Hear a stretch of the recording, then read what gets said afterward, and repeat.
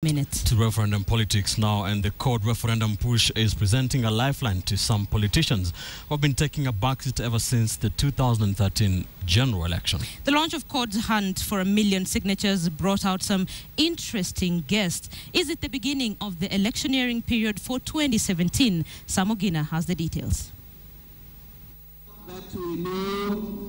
After declaring she was taking a political leave until March 2015, former presidential aspirant and NAC Kenya party leader Martha Karua made a surprise comeback at the launch of CORD's 1 million signature hunt. Likewise, after a political lull, Kenya National Congress presidential aspirant Peter Kenneth bounced back backing the Okoa Kenya movement drive.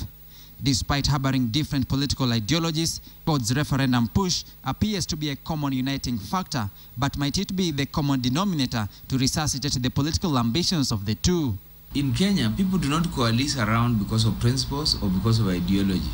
They coalesce around politics because of opportunities and populism. So, if you're not in government, then you should be in opposition. So if Martha Karua and Peter Kenneth are not supporting government, then they can't let an opportunity such as the Okoa movement pass them. While lobby groups might have also joined the push, but the bets are high for Karua and Kenneth, whose political lifelines had been dimmed after the general election.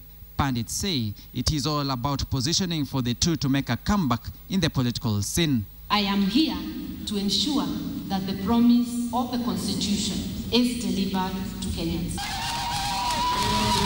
Analysts quip CORD's launch of the Okoa Kenya movement essentially has kicked off the 2017 campaigns.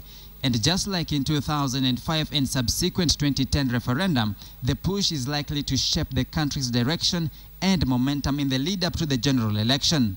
While in 2005, the No team, represented by an orange, transformed itself into a formidable political alliance, and in 2010, the No side fashioned Deputy President William Ruto as Rift Valley kingpin. CORD's referendum push is likely to produce a similar strategy. If referendum in 2005 shaped Raila, in referendum in 2010 shaped Ruto. And so this referendum or whatever comes out of the Okoa movement, certainly there is going to be some point of gravitation. There's somebody who is going to come out of this as a rallying point where people are actually coalescing for certain leadership directions. CORD is essentially creating a gravitational pull to rally those harboring reservations on the Jubilee administration on its side. The coalition eyes to rope in governors to crystallize the referendum push. Only 3 governors, all from CORD, attended the Okoa Kenya movement launch. The fact that there are different initiatives taking place, I'm sure that as Kenyans, at some point, all this will distill, all this will crystallize. What we should be prepared for is who is going to be the center around which people will organize, or what is going to be the issue that will help organize the politics of 2017, and who is likely to be championing those issues.